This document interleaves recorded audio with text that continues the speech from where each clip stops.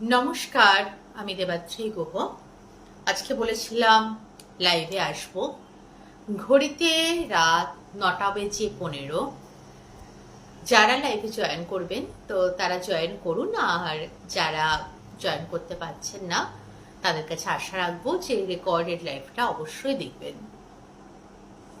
আজকে লাইভটা করার কারণ, যে গল্পটা চলছে সাজ, তো সেই সাজ গল্পের জন্যই আজকে কিন্তু লাইভ। যে এই ধরনের একটা থিম বেস করে কেন এই ধরনের একটা গল্প লিখছি, যেটা চলছে, মানে এখনো যেটা সম্পূর্ণ হয়নি, চতুর্থ না পঞ্চম পর্ব অব্দি গেছে, মানে এগিয়েছে আর কি। প্রথমেই বলি, সাজ একটা এমন গল্প, মানে আমার লেখা একটা এমন গল্প, যে গল্পটা লিখতে মানে এখনো লেখা আমি শেষ করতে পারিনি। যেটা আমার গল্প লেখার ক্ষেত্রে, মানে যতদিন ধরে গল্প লিখছি ততদিনের যে দিন বা ব্যবধান বা পরিসর বলা যায়, সেটাতে এটা একটা বিরলতম ঘটনা যে গল্পটা লেখাটা আমি শেষ করতে কিছুতেই পারছি না। শরীর খারাপ হচ্ছে, বাধা আসছে, গল্পটা লিখছি, চেঞ্জ করছি, এডিট করছি, ডিলিট করছি। মানে আমি মনে করি যেন সাজ এক তরুণ বালিকা, সে আর কি, মানে তার সাজ কমপ্লিট না হলে সে এসে ধরা দিচ্ছে না, মানে অতি কষ্টে পর্বের পর পর্ব সে আর কি এগোচ্ছে।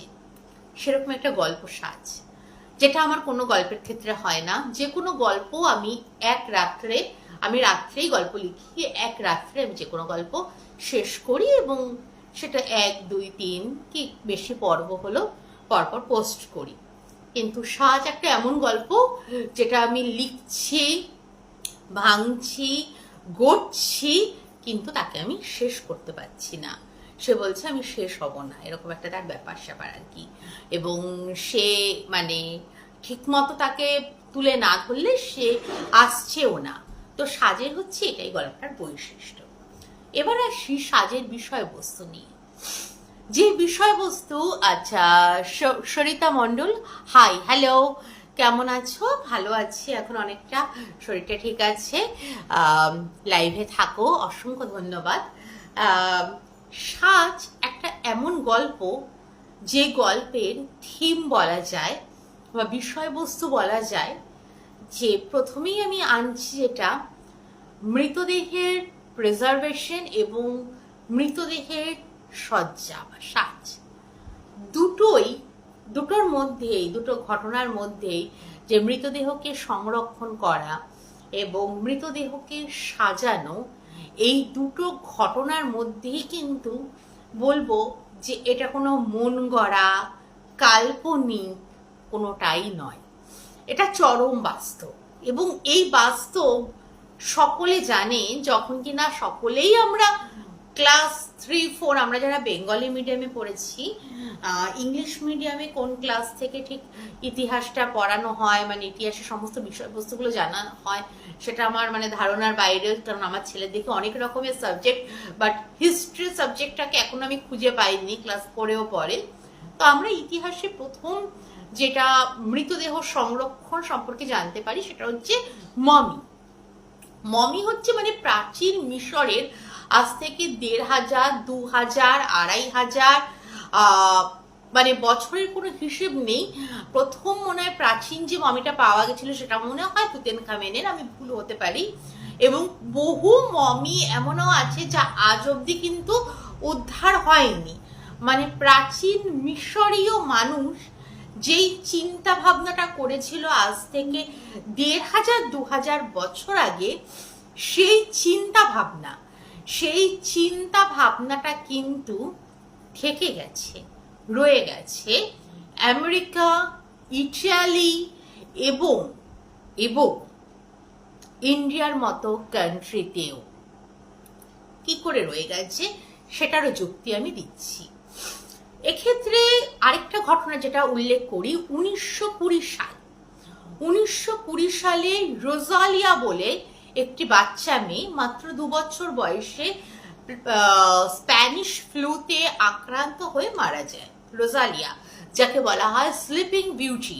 Because of that, sleeping beauty বলার কারণ রোজালিয়া 1920-তে মারা যায় এবং 1920 থেকে তার দেহটি সংরক্ষণ করা হচ্ছে এবং 2001 কি 2 সাল নাগাদ রোজালিয়ার চোখটা খুলে যায় মৃদুভাবে।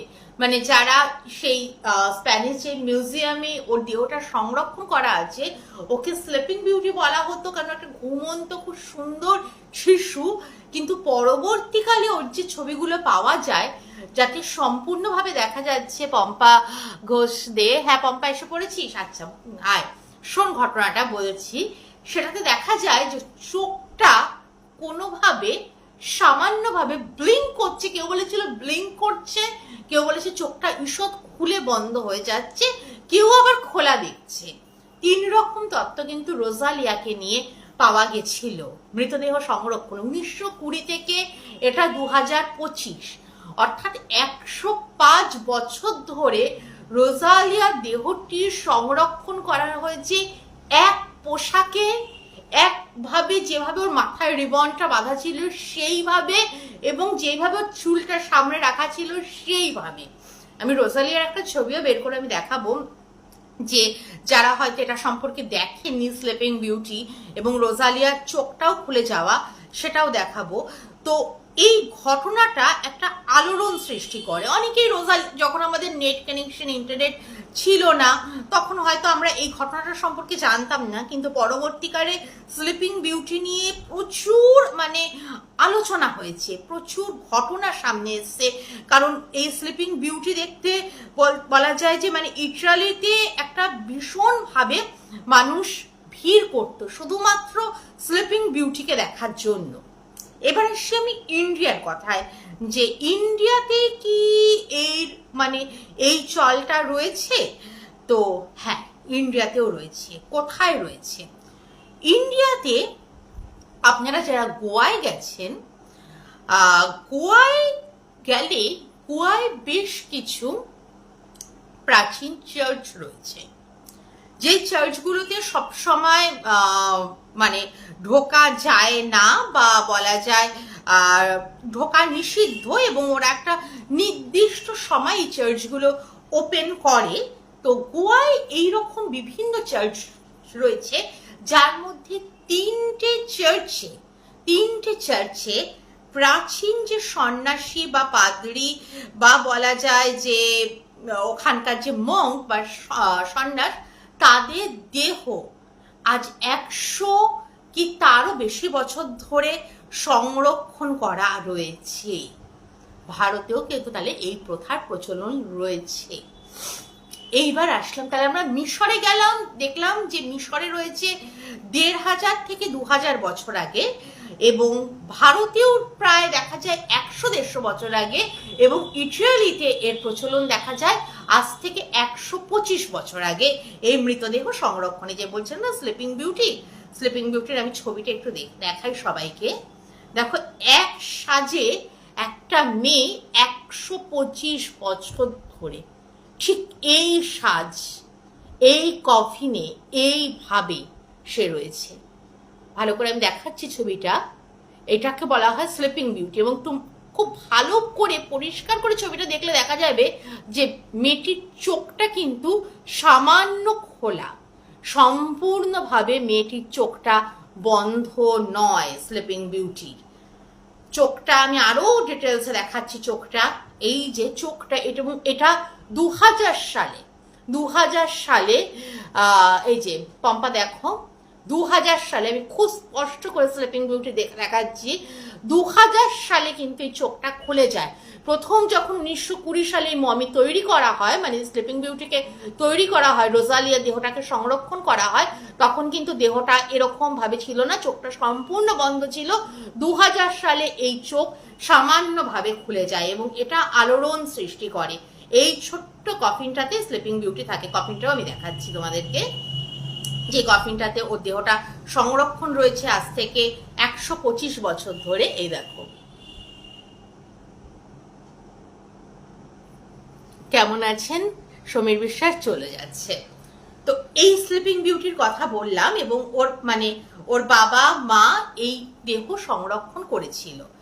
তো সাজ গল্পটা সেই ধরনেরই একটা গল্প, যেটাকে বলা হয় যে প্রচন্ডভাবে মনস্তাত্ত্বিক অ্যাঙ্গেলেই যাচ্ছে, যে এই যে সংরক্ষণ, মৃতদেহ সংরক্ষণ, এটা প্রাচীন মিশরীয় ছিল হচ্ছে বিশ্বাসের ওপর।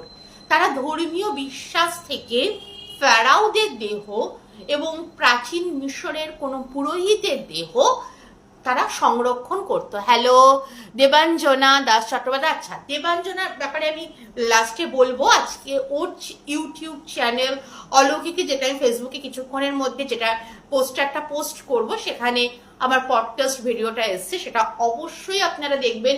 সেখানে আমরা মনস্তাত্ত্বিক বিষয়ে অনেক রকমের আলোচনা করেছি।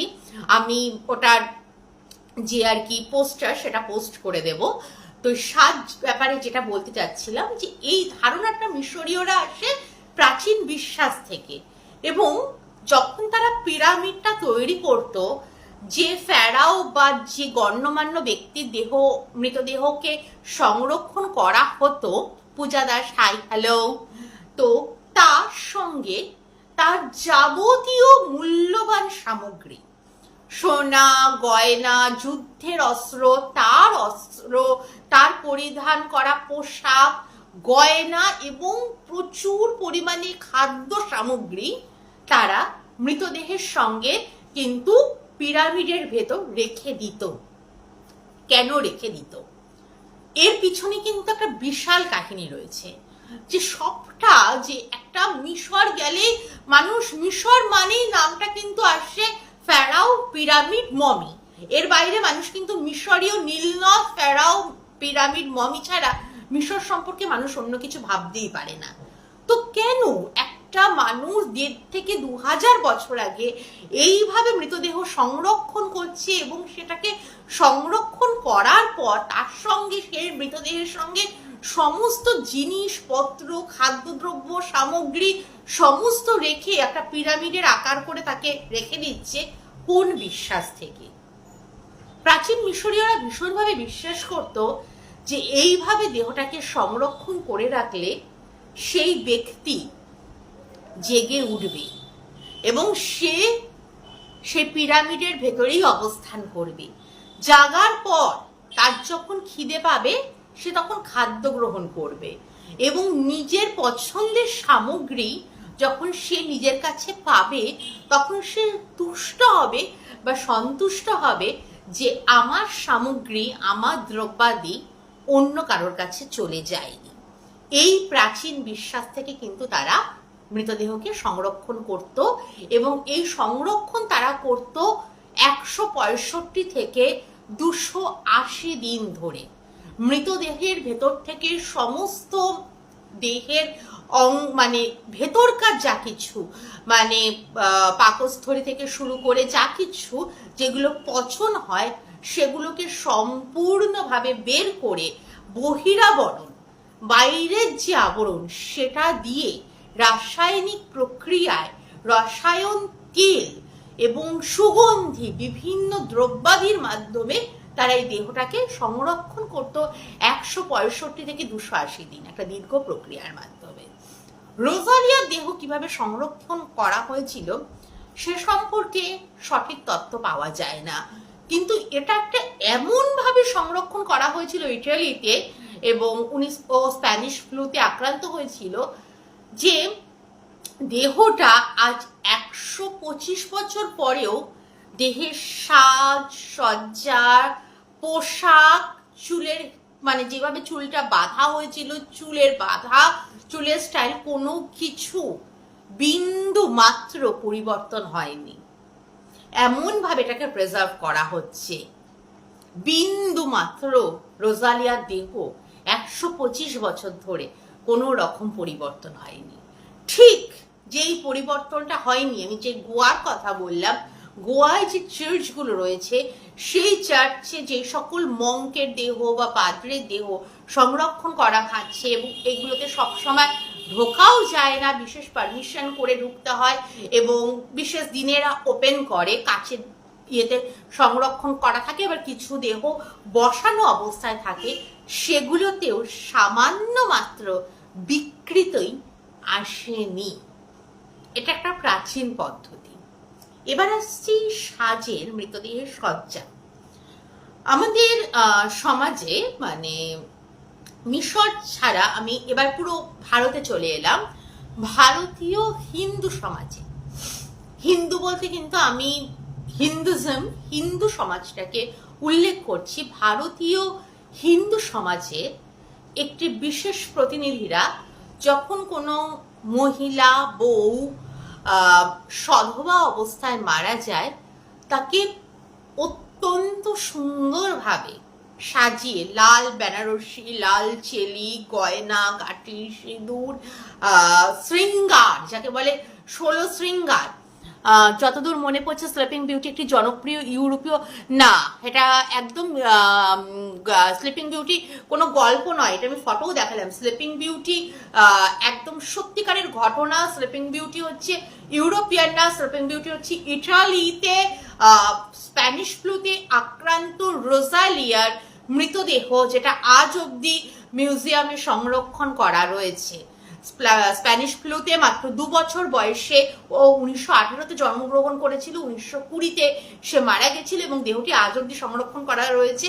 এবং আমি দেহটিরও ছবি দেখালাম, দেহটির ছবি আপনি পাবেন স্লিপিং বিউটি রোজালিয়া বললেই, সার্চ করলেই পেয়ে যাবেন। এটা কোনো গল্প কথা না, এটা একদম বাস্তব, একদম বাস্তব না, এটা কোনো একটি অভিশাপে ওইটা না, ওটা তো মানে রাজকন্যা, সেটা প্রাচীন মিথ, এটা কোনো মেথোলজিক্যাল স্টোরি, এটা একদম আমি বাস্তবের কথা বলছি।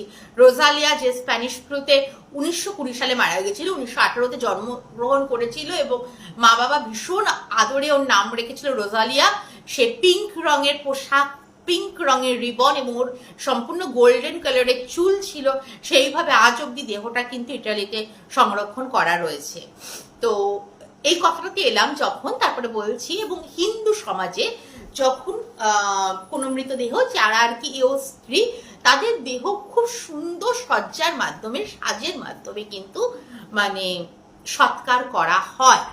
এই রীতিটাও কিন্তু প্রচলিত আছে। আপনি যদি মণিকর্ণিকা ঘাট দেখেন বা বিভিন্ন আমাদের হিন্দু সমাজ তো বিশালভাবে বিস্তৃত, তো সেক্ষেত্রে যারা আর কি এও নারী মানে সধবা অবস্থায় মারা গেছেন, তাদেরকে 16 শৃঙ্গার যেটাকে বলা হয়, 16 শৃঙ্গার দ্বারা কিন্তু তাদের দেহকে অন্তিম যাত্রায় নিয়ে যাওয়া হয়। এটাও একটি প্রচলিত রীতি। তো দুটো প্রচলিত রীতিকে আমি কিন্তু সাজ গল্পের মধ্যে আনলাম, যেটা সম্পূর্ণ বাস্তব ধর্মী, যার মধ্যে যে মৃতদেহ সংরক্ষণ হয় বা মৃতদেহকে এরকম করে কেউ সাজায়, হ্যাঁ সাজায়, মৃতদেহ সংরক্ষণ হয় এবং সেটা শুধু 1 বছর 2 বছর ধরে নয়, 100 বছর ধরে, 100 বছর অতিক্রম করে যায়, সেটা একই রকম থাকে, একই রকম তার সাজ সজ্জা পোশাক আশাক একই রকম ভাবে থাকে। তো এটা একটা ঘটনা, এটা হচ্ছে সাজের ঘটনা। তো এরপর সাজ গল্পে যে ঘটনাটা আসবে সেটা হচ্ছে আত্মার, একটা মৃত শরীর যেখানে একটি জীবিত শরীর থেকে আত্মার ট্রান্সফার, মৃতদেহ, সেটা আদৌ সফল হবে কিনা বা সেই কাজ সে করতে পারবে কিনা, সেই ডার্মাটোলজিস্ট, যিনি ডক্টর, যার স্ত্রীকে সাজাতে এসেছেন মেকআপ আর্টিস্ট রূপসা, সেই মেকআপ আর্টিস্ট রূপসার আত্মাকে তার স্ত্রীর মৃতদেহের মধ্যে পাঠিয়ে দিয়ে তার স্ত্রীর যে মৃত প্রেতটাকে জাগিয়ে তুলে সেটাকে রূপসার দেহের মধ্যে নিয়ে আসার যে প্রচেষ্টা, সেটা আদৌ সফল হবে কিনা সেই জায়গাটাতে আসছি। এবার এই জায়গাটাতে কিন্তু আমি একদম স্বীকার করব, এই জায়গায় আমি সম্পূর্ণভাবে গল্পকে আনছি, কল্পনাকে আনছি, তন্ত্রকে আনছি, কালা জাদুকে আনছি, যেটা বিশ্বাস অবিশ্বাস কুসংস্কার অন্ধবিশ্বাস সেই পরিপ্রেক্ষিতে সেটাকে আনছি, গল্পটাকে একটা নতুন আঙ্গিক দেওয়ার জন্য, নতুন রূপ দেওয়ার জন্য। এটা সোল ট্রান্সফার, যেটা আমরা রবীন্দ্রনাথ ঠাকুরের ইচ্ছা পূরণ গল্পে পড়েছিলাম, যে বাবা ছেলে হয়ে গেছিল, ছেলে বাবা হয়ে গেছিল, তাহলে রবীন্দ্রনাথ ঠাকুরকে বলা হয় মানে তিনি অনেক আগে মানে যুগের অনেক আগে ভাবতেন। তো রবীন্দ্রনাথের সেই ইচ্ছাপূরণ দেবী এসছিলেন, তো গল্পটাকে আমরা খুব আনন্দের সঙ্গে নিয়েছিলাম। ইচ্ছাপূরণ গল্পটা সবাই হয়তো পড়েছেন, খুব সুন্দর গল্পটা, যে বাবার মধ্যে ছেলের আত্মা চলে এসছে, ছেলের মধ্যে বাবার আত্মা চলে এসছে, মানে সোল ট্রান্সফার যাকে বলে, এর আত্মা এর কাছে, ওর আত্মা তার কাছে। তো এখানে সেরকম ইচ্ছাপূরণ দেবী বা এর কোনো কিন্তু বাস্তবিক মানে আমার বিদ্যায়, আমার স্বল্প বিদ্যায়, কারণ মানুষের জানার বাইরে প্রচুর জগৎ আছে। কারণ মিশরীয়রাও ঠিক এটাই ভাবতো যে মৃতদেহের মধ্যে আত্মা ফিরে আসবে বা সে জেগে উঠবে। তো আমার স্বল্প জ্ঞানে, আমার জ্ঞান ভান্ডার ভীষণ সীমিত, সেই জ্ঞান ভান্ডার থেকে আমি এখানে আমার রবীন্দ্রনাথের সেই ইচ্ছা পূরণের থিমটা আমার খুব মাথায় এসেছিল, যেখানে সোল ট্রান্সফারটা হয়েছিল। তো এটাকে আমি যদি আনতে পারি গল্পের মধ্যে, এটা সম্পূর্ণভাবে আমার ব্যক্তিগত চিন্তা ধারা বা ব্যক্তিগত বিষয়, এই বিষয় সম্পর্কে আমি সত্যি কথা বলছি, এটাকে যুক্তি বুদ্ধি দ্বারা বিচার করবেন না। কিন্তু মৃতদেহ সংরক্ষণ, মৃতদেহকে সাজানো এবং মৃতদেহকে একই সাজে শত বছর অতিক্রম করে রেখে দেওয়ার প্রচলন, সেটা যেমন ইটালিতে ছিল, মিশরে ছিল, তেমনি কিন্তু প্রাচীন ভারতবর্ষেও রয়েছে। এক্ষেত্রে আরো একটু তথ্য দেই, আপনারা জারোয়া সম্প্রদায়ের নাম শুনবেন। আন্দামান নিকোবর দ্বীপপুঞ্জে জারোয়ারা থাকে, ওরা একটা মানে একমাত্র জারোয়াদেরই মানে কাছে মানুষ পৌঁছাতে পেরেছে, সেন্ট্রালের কাছে তো মানুষ পৌঁছাতেই পারেনি। ওরা তো মানুষের মানে গেলেই ওরা তীরবিদ্ধ করে, এবং সেন্ট্রাল গভর্নমেন্ট থেকে ওদের কাছে পৌঁছানোর উপর নিষেধাজ্ঞাও রয়েছে। জারোয়ারা এখন মানে ভীষণভাবে মানে জারোয়াদের দেখা যায়, তারা এখন ভীষণভাবে মানে এই কালচারটাকে অ্যাডপ্ট করার চেষ্টা করে। জারোয়াদের মধ্যে একটা কিন্তু প্রচলন আছে, জারোয়াদের মধ্যে একটা সংস্কৃতি বা প্রচলন আছে, তাদের বাড়িতে যদি কোনো সদস্যের মৃত্যু হয়, মানে বাড়ির সদস্যের ক্ষেত্রে বলছি, মৃত্যু হয়, সেক্ষেত্রে তারা মৃতদেহটাকে নুন দিয়ে কবরস্থ করে, অপেক্ষা করে মৃতদেহটা কবে পচন হবে, মৃতদেহ থেকে সমস্ত চামড়া মাংস গলে যাবে, এটার জন্য তারা অপেক্ষা করে একটা নির্দিষ্ট সময়, ধরা যাক 365 দিন, এক বছরের মতো তারা অপেক্ষা করে। এবং এই 1 বছর পর তারা মাটি খুঁড়ে দেহটাকে বের করে, যেইটুকুনি অবশিষ্ট থাকে সেইটুকুনিকে তারা ধারালো ছুরির মাধ্যমে বা ধারালো গাছের দ্বারা পরিষ্কার করে, এবং সম্পূর্ণ হাড়টাকে তুলে আনে, দেহের যে অস্থি, মৃতদেহের যে অস্থি কঙ্কাল সেটাকে তুলে আনে, সেটাকে খণ্ড খণ্ড করে ভাঙে, সেটাকে ঘষে মেজে কারুকার্য করে গয়না বানায়, এবং সেই গয়না পরিবারের সকল সদস্য সেই গয়না পরে থাকে, যে তারা মনে করে যে এই গয়না পরিধান করলে তাদের যে পূর্বপুরুষ বা যিনি মারা গেছেন তিনি তাকে রক্ষা করবেন এবং তিনি তার শরীরের মধ্যেই অবস্থান করবে। অর্থাৎ একটা সম্পূর্ণ নরকঙ্কালকে তারা ঘষে মেজে পরিষ্কার করে টুকরো টুকরো করে কেটে সেটা দিয়ে গয়না প্রস্তুত করে সেই গয়না পরিধান করে জারোয়ারা। একদম মানে উদাহরণ দিলাম, যে উদাহরণটা আপনারা মানে একদম মানে বাস্তবের সাথে লিঙ্ক করতে পারবেন, জারোয়া সংস্কৃতি বা সভ্যতার সঙ্গে এটা ভীষণভাবে যায়।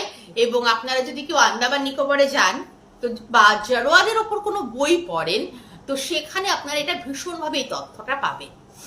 এছাড়া আরো বিভিন্ন ইউরোপিয়ান কান্ট্রিতে, কোন দেশ আমার মনে পড়ছে না, তারা বছরের একটা দিন সমস্ত দেহকে কবর থেকে তুলে নিয়ে যায়, মানে আগের দিন, তারপরে তার সেই দেহটাকে মানে সেই যে ব্যক্তি বা মানে মানব বা মানবী তার যে জামা কাপড় ছিল সেটাকে পরিয়ে নিয়ে গ্রুপ ফটো তোলে, সেটাকে নিয়ে উৎসব করে যে আবার সে এসছে আমাদের মধ্যে, তাকে পরিষ্কার করে, তাকে চোখে চশমা পরায় এবং ভালো পোশাক মানে তার পোশাক পরায় এবং পরিবারের সকল সদস্য তার সাথে গ্রুপ ফটো তুলে আবার তাকে দেহটাকে আবার কবরস্থ করা হয়। সেটা একটা বছরের একটা বিশেষ জিনিস। সেটা কোন উপজাতি, ইউরোপিয়ান কান্ট্রিতে কোন উপজাতি আমার মানে সঠিকভাবে মাথায় আসছে না, তাহলে আমি মানে ছবিটাও দেখাতাম,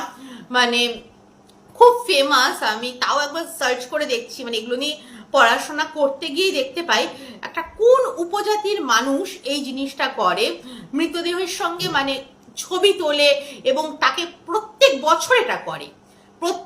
বছর এটা করে যে মানে একটা নির্দিষ্ট দিন এটা নিয়ে তাদের মধ্যে একটা চরম উৎসব হয়।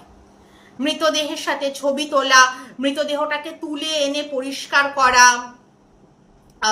এরকম একটা মানে একটা উৎসবের পর্যায়ে তারা এটাকে নিয়ে যায়। তো এই মানে এই তথ্যটাও কিন্তু আমি পেয়েছি এবং মানে ভাবতেও আমাদের সত্যি কথা অবাক লাগে, বা বলা যায় যে এমন অনেক কিছুই ঘটে যেটার সাথে হয়তোবা আমরা সঠিকভাবে অবগত নই, বা অনেক ভালো ভালো অজানা জানতে পারছি। ভালো, ধন্যবাদ, অসংখ্য ধন্যবাদ।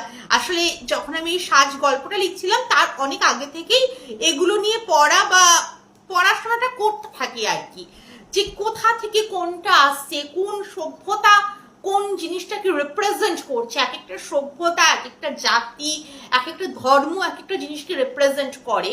তো সেইটা আমরা ভীষণভাবে জানার জন্য আমার আগ্রহ বাড়ে। তো মিশরটা তো জানতামই, তারপর জানতে পারি রোজালিয়ার ব্যাপারটা, তারপরে জানতে পারি গোয়ায় গিয়ে গোয়ারটা আমি জানতে পারি, তারপর জানতে পারি জেরোয়াদের কাহিনী। জেরোয়াদেরটা মনে হয় বছরখানেক আগে জানতে পারি তারা এটা করে। এবং তারপরে যে মৃতদেহকে তুলে বছরের একটা সময় এই যে ছবি তোলা, তাকে পোশাক পরিয়ে পরিবারের সঙ্গে, সেটা একটা জনজাতি করে। সেই জনজাতির নামটাও আমি জানলে পরে আমি পরের লাইভে বলবো। তো এই সকল কিছুর থেকেই, সকল চিন্তা ভাবনারই ফসল বলা যায় সাজ গল্পটা। সোল ট্রান্সফারে যে ব্যাপারটা বললাম সেটা সম্পূর্ণ একটা নিজের ভাবনা, একটা অলৌকিক পরিবেশের সৃষ্টি, একটা ভয় ভীতি আনা। এবং আমার বলতে দিদানি রবীন্দ্রনাথের ইচ্ছা পূরণ গল্পটাও তখন আমার মনে পড়েছিল যে না, এটা তো বেশ তখন মজার মতো করে হয়েছিল, কিন্তু এটাকে যদি আমি এই জায়গাটাতে আনি, তো এই ব্যাপারগুলো ভীষণভাবে ঐতিহ্যমণ্ডিত। এবং আরো একটা ব্যাপার জানেন তো, যে বিভিন্ন সম্প্রদায় যারা, তারা কিছু কিছু সম্প্রদায় জিনিসগুলো, যেমন মিশরটা ভীষণভাবে মানে জনপ্রিয় বলা যায়, বা মানুষ ওটা দেখতে যায়, মানুষের জন্য ওটা ওপেন টু অল হয়। কিন্তু ইন্ডিয়া মতো কান্ট্রি বলুন, এশিয়া বলুন, আমেরিকা বলুন, কিছু কিছু সম্প্রদায় মানুষ কিন্তু এটাকে ভীষণভাবে হাইড করে। যে আমাদের আরো আরেকটা ভালো উদাহরণ দিচ্ছি, মাউন্ট এভারেস্টে জানেন তো, যারা বহু শেরোপা এভারেস্টে উঠতে গিয়ে হয়তো শেষ মুহূর্তে অক্সিজেনের অভাবে বলুন, প্রচন্ড ঠান্ডায় বলুন, এবং অনেক প্রাকৃতিক দুর্যোগের সম্মুখীন হয়ে মারা যায়। এবং প্রচন্ড ঠান্ডায় সেই দেহগুলো প্রাকৃতিক উপায়ে কিন্তু প্রিজার্ভ হয়ে যায়, দেহ কিন্তু সম্পূর্ণরূপে একদমই নষ্ট হয় না। এবং কথিত আছে সেই দেহগুলো স্যাটেলাইটের মাধ্যমে ওই দেহগুলো ইন্ডিকেট মানে সংকেত বহন করে চলার পথকে। মাউন্ট এভারেস্টের ঘটনাটাও আপনাদেরকে জানালাম যে এইখানে এই রঙের জামা পরা মৃতদেহটা অবস্থান করছে, এই পয়েন্টটাতে উঠলে এই দেহটাকে দেখা যাবে, ওই পয়েন্টে উঠলে ওই তিনজনের ওই রকম দেহটাকে দেখা যাবে, এরকম সংকেত বহন করছে।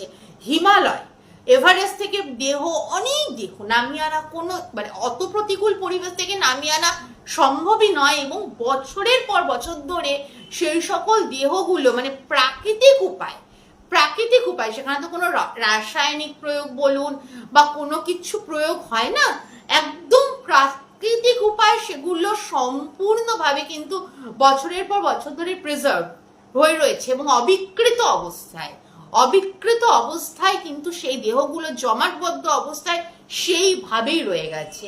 কারণ বিভিন্ন শেরপা যারা এভারেস্টে গেছে তারা সেই সকল দেহের ছবিও তুলে পাঠায় যখন, যেগুলো আমরা গুগল বা উইকিপিডিয়া সার্চ করলে পাই, দেখা যায় কিন্তু দেহগুলো মানে বহুল অংশেই অবিকৃত, কোনো দেহের বিকৃত ঘটেনি, বিকৃতি হয়নি, পোশাক আশাক দেহের বিকৃতি ঘটেনি।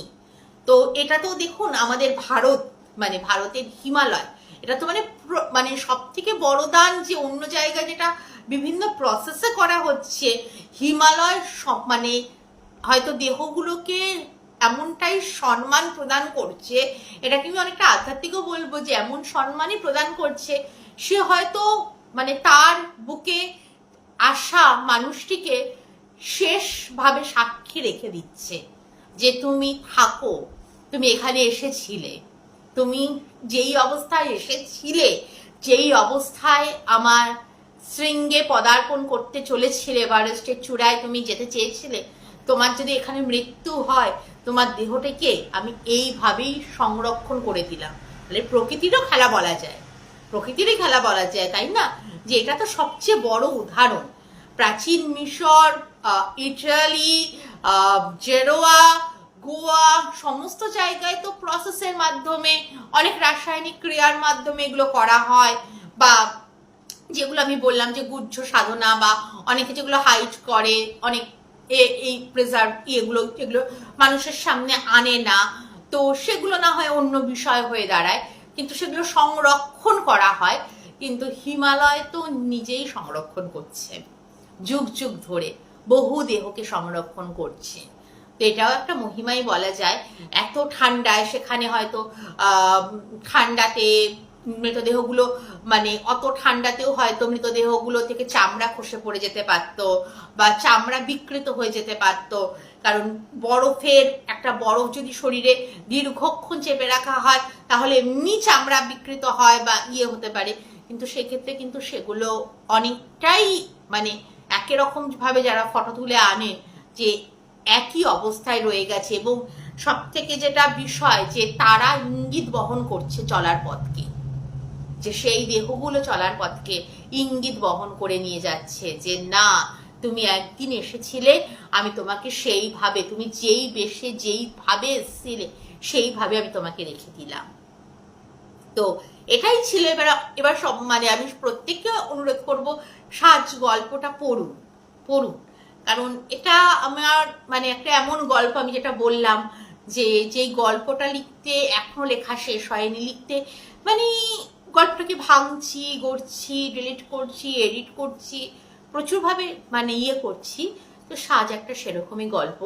তো গল্পটা মধ্যপথে বা প্রায় শেষের দিকে চলছে, তো সেজন্য প্রত্যেককে বলবো সাজ গল্পটাও পড়তে। এবং গল্পের সপক্ষে আজকে আমি ভেবেছিলাম যে বেশ কিছু যুক্তি দেব, সবকিছু কমেন্টে লেখা যায় না, সবাই লিখেছে বা দারুণ নিয়ে, বা এরকম গল্প কোনোদিনও পড়িনি, এই বিষয় নিয়ে গল্প লেখা, এবং সেই কমেন্টগুলো আমাকে খুব মানে একটা পজিটিভ ভাইব দিয়েছিল। তো সেজন্যই ভাবলাম যে এত মানুষের এত কৌতূহল, এটা একসাথে 10টা গ্রুপে চলছে রাজগল্পটা, 10টা গ্রুপে একসাথে চলছে। তো 10টা গ্রুপেই ভীষণ রকম ভাবে রেসপন্স পাচ্ছি, প্রত্যেকে বলছে যে এই রকম বিষয়ের গল্প পড়িনি। তাই ভাবলাম না, এখানে একটা লাইভ করি, যে বিষয়গুলো বলি, যে কোথা থেকে কোনটা এসছে, কোন জায়গা থেকে, কোন চিন্তা ভাবনা থেকে আমি গল্পটাকে দাঁড় করানোর চেষ্টা করছি। খুব ভালো লাগছে শুনতে আপনার কথা পূজাদি, ধন্যবাদ, অসংখ্য ধন্যবাদ। এই আপনাদের কাছে আসতে পারি, সামান্য লিখি, মানে লেখাটা সত্যি কথা বলতে কি খুব ভালোবাসা থেকে আমি লিখি, খুব যত্ন সহকারে লিখি, মানে লেখার প্রতি আমার খুব ভালোবাসা। এটাকে আমি কখনো ভাবি না যে লেখাটাকে আমি মানে বিক্রি করে দেব বা এই করব সেই করব। আমার সমানে মনে হয় যেন লেখাটাকে নিয়ে আমি খুব আদর যত্নে লেখাটাকে লিখি, এবং লেখাটা যখন মানুষের দরবারে পাঠাই, পৌঁছাই, তার রেসপন্সটা যখন ভালো আসে, মানুষ যখন বলে যে সম্পূর্ণ ভিন্ন ধারার গল্প, এরকম জিনিস পড়িনি, তখন একটা সত্যি কথা বলতে না একটা ভীষণ রকম ভাবে মানসিক শান্তি আসে, ভালো লাগা আসে, ভালোবাসা আসে। কারণ যে কোনো লেখাই, আমি বেশিরভাগ লেখাই মনস্তত্ত্ব ভিত্তিক লিখি, যে কোনো লেখার পেছনেই আমি অনেকটা স্টাডি করে নিই আগে, যে কোনখান থেকে কোন লিঙ্কটা এসছে। আপনার লেখা গল্পটি লেখা শেষ হলে যদি সম্ভব হয় পিডিএফ পাঠাবেন। গল্পটা দেখবেন আমি এমনিতে 10টা গ্রুপে চলছে, তাছাড়াও আমার পুরো প্রোফাইলে গল্পটা পরপর যাচ্ছে, সাজ গল্পটা যাচ্ছে। আমি বলবো যে প্রথম থেকে পড়তে থাকুন, একবারে শেষ হলে পড়বো এই জিনিসটা এই গল্পটার ক্ষেত্রে করবেন না। প্রথম থেকে পড়া শুরু করুন, পড়তে পড়তে একটা ধারণা মাথায় গাঁথুন। আমি যে কোনো কাউকেই বলি, যেহেতু আমি কোনো গল্প পেন্ডিং রাখি না, তো সেজন্য এটা আমি পাঠকদের বলি যে গল্পটা প্রথম থেকে পড়ুন, পড়ার পর একটা চিন্তা করুন যে এরপর কি হবে, তারপরে দ্বিতীয় প্লটটা পড়ুন, দেখুন তো আপনার চিন্তাটার সাথে মিলছে কিনা, নাকি চিন্তাটা সম্পূর্ণ চেঞ্জ হয়ে গেল, তারপর তৃতীয় পার্টটা পড়ুন। এইভাবে গল্পের সাথে এগোন। যারা অনেক লেখকা মানে অনেক বড় হয়, তারা হয়তো কাজে ব্যস্ত থাকে, তারা 1 মাস পর হয়তো গল্পের পর্ব ছাড়া, আমি তা করি না। আমি হয়তো প্রত্যেক দিন ছাড়ি, কিন্তু সাজ গল্পটা ডিলে হচ্ছে 2 দিন অন্তর ছাড়ছি হয়তো, কিন্তু আমি বলবো এটা স্টেপ বাই স্টেপ উঠুন, একবারে সিঁড়ির ওপরে উঠে যাবেন না, প্রথম থেকে পড়ুন। তাহলে কি আপনার চিন্তা ভাবনাটা করার একটা সময় পাবেন, একটা মানসিকভাবে চিন্তা করুন গল্পটা যে কি ঘটছে, কেন ঘটছে, তাহলেই কিন্তু এই গল্পটার আনন্দটা পাবেন। কারণ বেদব্যাস যখন গণেশকে বলেছিলেন মহাভারত লিখতে, গণেশ শর্ত দিয়েছিল যে আমাকে যদি কোনো জায়গায় আপনি চিন্তা করেন এবং আমাকে লেখা থামাতে বলেন, আমি সেই মুহূর্তে লেখা ছেড়ে উঠে চলে যাব। তো তখন বেদব্যাস বলেছিল আমি বলবো এবং তুমি সেটাকে যা বুঝবে আগে চিন্তা করবে, চিন্তা করে যেটা বুঝবে সেটা লিখবে। গণেশ যখন চিন্তা করছিল, বুঝছিল এবং তারপর যখন লিখছিল, তখন বেদব্যাস পরবর্তী প্লটটা চিন্তা করছিল। মহাভারত কিন্তু এইভাবে সৃষ্টি। বেদব্যাস কিন্তু মুখে বলেছেন, গণেশ কিন্তু সেটা মাইন্ডে নিয়েছেন, তারপরে চিন্তা করেছেন, বুঝেছেন যে এই ঘটনাটা ও এটা বলতে চাইছে এবং তারপর লিখেছে। তাহলে ভাবুন যে বেদব্যাস বলছেন, কিন্তু মহাভারত আসলে কিন্তু গণেশের চিন্তাধারার ফসল। সে কিন্তু চিন্তা করেছে, যুক্তি দিয়ে চিন্তা করেছে। প্রত্যেকটা মানুষের যুক্তি, খেয়াল, আন্দাজ, ধারণা সমস্ত কিছু ভিন্ন হয়। কোনো মানুষ প্রচুর স্টাডি করেন, কোনো মানুষ আবার নতুন নতুন করে জানেন বিষয়গুলো। এরকম প্রত্যেক মানুষের চিন্তা ভাবনাগুলো ভীষণভাবে আলাদা হয়, ভীষণ অন্য রকমের চিন্তা ভাবনা মানুষের মধ্যে হয়। তো সেক্ষেত্রে আমি বলবো যে সাজ গল্পটা স্টেপ বাই স্টেপ পড়তে থাকুন, যে না একবারে সব পর্বগুলো আসবে পড়বো, তখন হবে কি আপনি পরপর স্ক্রল করবেন, তো আপনি গল্পটা সম্পর্কে চিন্তাটা করার সুযোগ পাবেন না, পরপর পর্বগুলো পড়তে থাকবেন। তো সেই যে চিন্তা বা ভাবনাগুলো সেগুলো কিন্তু আসবে না। সেজন্য সাজ গল্পটা প্রত্যেকটা পর্ব পড়ে পড়ে চিন্তা করুন এবং পরের পর্বটা নিজের মনের মতো করে একটা গড়ে তুলুন, যে এরপর এটা ঘটতে পারি বা এটা ঘটছে বা এটা ঘটার কি সম্ভাবনা রয়েছে।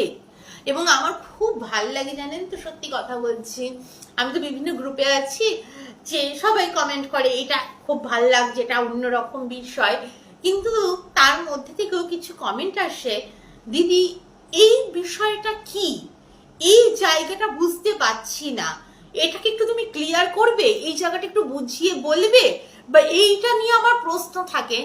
তখন মনে হয় যে লেখাটা কতটা সার্থক, যে একজন মানুষ কতটা গভীরে ঢুকে ভাবছে যে এটা কি, এটা কেন হচ্ছে, এটা কি জন্য হচ্ছে। মানে আমার প্রত্যেক পাঠক বা পাঠিকা গল্পগুলো পড়েন এবং আমি ঈশ্বরের কৃপায় বলুন যে আমি কোনোদিনও কোনো গল্পে সেরকম ভাবে নেগেটিভ কমেন্ট পাই না। প্রত্যেকের ভালোবাসা, ভালোবাসা প্রচুর পরিমাণে ভালোবাসা পাই, আদর পাই, প্রশংসা পাই, যেটা আমার কাছে পরম প্রাপ্তি। একজন সাধারণ ছোট লেখিকা হিসেবে এটা একটা পরম প্রাপ্তি বলা যায়, যে যেই ভালোবাসাটা পাই পাঠক পাঠিকার কাছ থেকে, যে আজকের দিনে ভালোবাসা সত্যিই তো মানে খুঁজে পাওয়া যায় না। তো সেইখানেও আজকের দিনে মানুষ মোবাইলের ভিডিও দেখাচ্ছে, যখন গল্পে মনোনিবেশ করে তখন খুব ভালো লাগে, যে একটা মানুষ 200, 300, 400 জন যখন সেই গল্পটা পড়ছে, তখন মনে হয় যে না লেখাটা সার্থক, লেখাটা সার্থক, যে না মানুষ পড়ছে, মানুষ চিন্তা করছে, মানুষের ভালো লাগছে, মানুষকে ভাবাচ্ছে, আর সেজন্যই আমি এই গল্পটা নিয়ে বলতে এলাম। আর লাস্টে দুটো ইউটিউবের কথা বলে যাই। আমার নিজের যে চ্যানেলটা আছে গল্প কথা কবিতা, যেখানে আমি আমার নিজের গল্প আনি এবং যেই গল্পগুলো আমার ভালো লাগে, মহাভারত আমার ভীষণ ফেভারিট বিষয়, পৌরাণিক বিভিন্ন তথ্য নিয়ে আসি, সেই চ্যানেলটাতে অবশ্যই গল্পগুলো শুনবেন, নিজের মতামতগুলো জানাবেন, সাবস্ক্রাইব করবেন গল্প কথা কবিতা। আশা করি নিরাশ হবেন না। আর আমি এর আগের লাইভেও বলেছিলাম, আমি দেবাঞ্জনার কাছে সিঙ্গুর ওর বাড়ি, অসাধারণভাবে ওর কাজ করে দেবাঞ্জনা। অনেক কিছু জানতে পারলাম, খুব ভালো, অসংখ্য ধন্যবাদ যশোদীপ। তো এই দেবাঞ্জনা ভীষণ ভালো পডকাস্ট করে, এবং দেবাঞ্জনার অলৌকিক চ্যানেলে একটা পডকাস্টের জন্য আমি সিঙ্গুরে গেছিলাম, যেদিনকে আমি বাবা তারকনাথের পূজা দিতে গেছিলাম। তো আজকে সেই পডকাস্ট, আজকে শনিবার রাত্রে 8টার সময় সেই পডকাস্টটা ওর চ্যানেলে রিলিজ করেছে। অলৌকিক, ওর চ্যানেলটার নাম হচ্ছে অলৌকিক, যেটা কিছুক্ষণ পর যেটার হোল্ডিংটা আমি আমার এখানে পোস্ট করে দেব। অবশ্যই শুনবেন জিনিসগুলো, যেই জিনিসগুলো আমি বলেছি, যে আজকালকার দিনের মানুষ অনেক রকমের, আমি পডকাস্ট দেখি, ভালো লাগে, এবং যেখানে আমি দেখি যুক্তি আছে, বুদ্ধি আছে, বিচার আছে, বিশ্লেষণ আছে, সেগুলো আমাকে ভীষণভাবে টানে। একটা পডকাস্ট সেদিকে দেখছিলাম, সেখানে একজন বলছে একটা প্রেত বা পিশাচ একটা বাচ্চার দেহ খচমচ খচমচ করে খাচ্ছে। এটা আবার কিরকম গল্প? একটা প্রেত বা পিশাচ বাচ্চার দেহ কচর মচর করে খাচ্ছে, মানে সেটাকে সে এক্সপ্রেশন দিয়ে বলছে। তো আমি মানে এই যুক্তিহীন বিষয়গুলোর থেকে বেরিয়ে এসে যুক্তি দিয়ে যে কোনো গল্পই হয়, ঘটনাই হয়। তো যে কোনো কিছু যখন বলবেন বা বলা হয়, সেটার পিছনে যুক্তি, বুদ্ধি, চিন্তা ভাবনা, এবং অবশ্যই ভীষণভাবে পড়াশোনাটা দরকার হয়। কারণ আমাদের ভূতের গল্প শুনতে খুব ভালো লাগে, কিন্তু যখন সেই ঘটনাগুলো আমরা সত্যি বলে কোনো একটা ঘটনাকে চালিয়ে দেওয়ার চেষ্টা করি, যে ঘটনাটা সত্যি, যে একটা প্রেত বা একটা পিশাচ একটা বাচ্চার দেহ কচর মচর করে খাচ্ছে, তো সেটা ভীষণ কৌতুকময়, রসাত্মক হয়ে ওঠে এবং খেলো হয়ে যায়।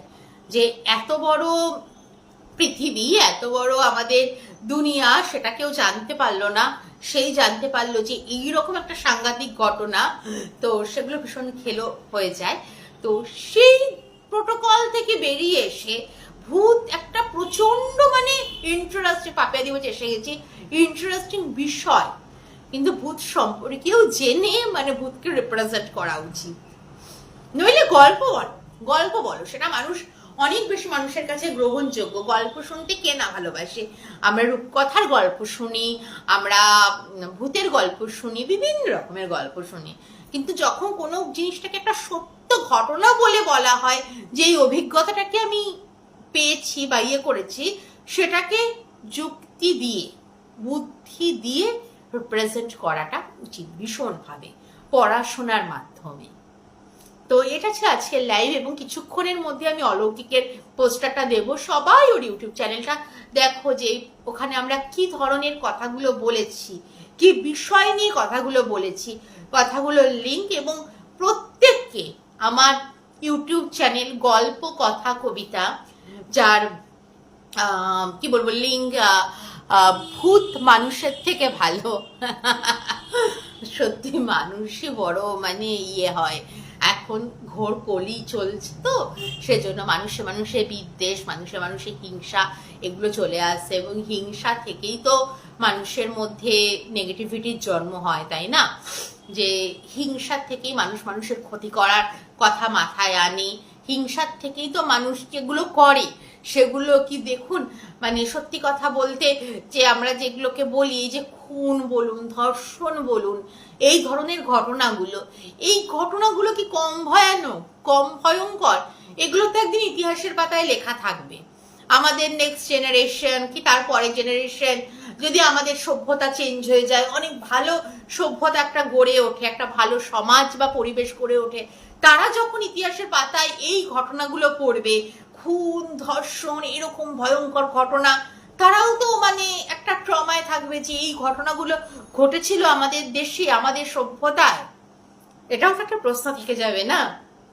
যদি এমন হয় যে চেঞ্জ এসে যায়, প্রচন্ড একটা ভালো চেঞ্জ এলো, সমাজে পরিবর্তন হলো, সমাজ থেকে সম্পূর্ণভাবে ধর্ষণ চলে গেল, খুন চলে গেল, মানুষের প্রতি হিংসা বিদ্বেষ চলে গেল, মানুষ একটা খুব মানে সুন্দর একটা ভালো জায়গা, ভালো মন, ভালো মানসিকতা নিয়ে বসবাস করছে।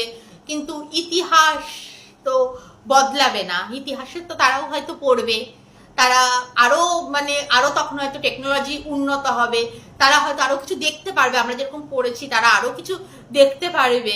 তখন তো তারা ভাববে যে এরকমও ছিল আমাদের সমাজটা, তাহলে কি নৃশংস সমাজ ছিল এই সমাজ। মধ্যযুগকে বলা হয় মধ্যযুগীয় বর্বরতা, তাহলে আজকের যেটা আধুনিক যুগ, আধুনিক যুগ কি কমাংশে মধ্যযুগীয় বর্বরতা বা হিংস্রতাকে অতিক্রম করতে পেরেছে?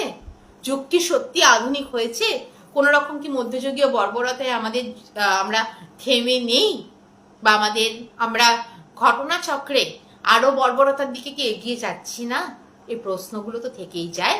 তো এই সকল প্রশ্নের নিয়ে আমার ইচ্ছা আছে আমার ইউটিউব চ্যানেলে, সবকিছু তো আর গল্পকারে লেখা যায় না, গল্পের জন্য একটা থিম ভাবতে হয়।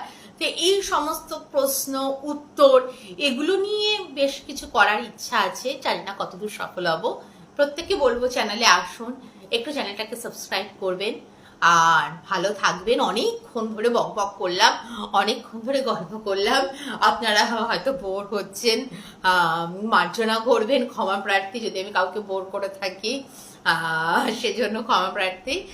তাহলে আজ আসি, সাজ গল্পটা পড়ুন, মূল্যবান মতামত জানান, বিভিন্ন গ্রুপে চলছে, যারা বিভিন্ন গ্রুপের সাথে জড়িত আছে তারা পড়বেন অবশ্যই, এবং যারা গ্রুপে নেই আমার প্রোফাইলে রয়েছেন, পার্সোনাল প্রোফাইলেও আমি গল্পটা দিচ্ছি। তো প্রত্যেককে শুভরাত্রি বলে বিদায় জানাই। ভুল ত্রুটি নিজ গুণে মার্জনা করে দেবেন। অনেকক্ষণ ধরে অনেক কথা বললাম, জানি না কি বললাম না বললাম। তো আজ চলি, সবাই ভালো থাকুন, শুভরাত্রি এবং বিদায় জানাচ্ছি। ধন্যবাদ।